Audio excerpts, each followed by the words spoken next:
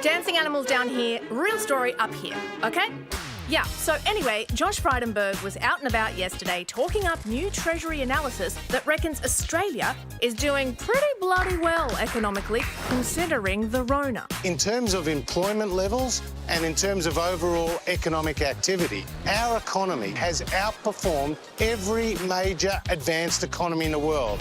Yep, world leading. But turns out other data from the International Monetary Fund has shown we're getting there via an also world leading mountain of debt. We're in a bit of a windy place.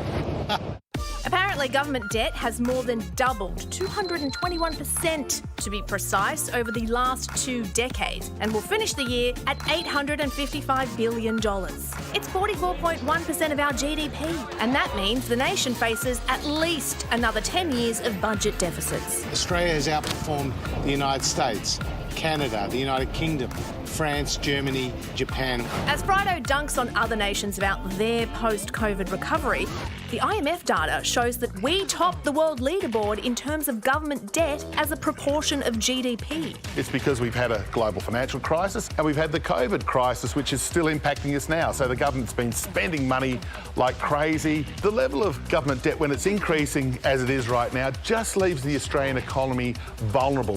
The bleak scenario not only spells terrible news for the government's rumoured plans to give everyone in the country grills next year, but it also could be terrible news for mortgage holders, with interest rates rising to claw back some of the debt. Now, at the moment, we're doing okay because interest rates are low. However, inflation's picking up. Now, at the moment, that hasn't impacted our markets in a dramatic way. But if inflation starts to increase further, if it means that the Reserve Bank of Australia hikes interest rates to tackle inflation, then all of a sudden, the interest cost on this government debt starts to escalate, because don't forget the government pays interest on its debt too, just like you and me on our debt. Rising rates could be a slight issue, as Australian households are the second most indebted in the world. As a share of GDP, our household debt is currently at 123.53%. Yikes! I suppose we could always pawn our grills. The other element, of course, is looking at the tax side.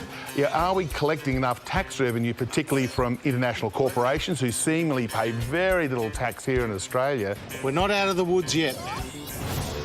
I think nobody expects us not to have some serious government debt after the last couple of years, because there's been a lot of things that we've needed to spend money on. But the thing that really is scary is the idea of interest rates rising, even a small amount, because there are a lot of people that are really seriously leveraged because borrowing has been so cheap, and just a tiny shift could spell real trouble for people. Well, we're the second most indebted country in terms of household debt in the world. Yeah. I wish they had those animals throughout the entire package, because that made me feel a bit better listening to this. It could work for the budget next year as well. Yeah, stay tuned.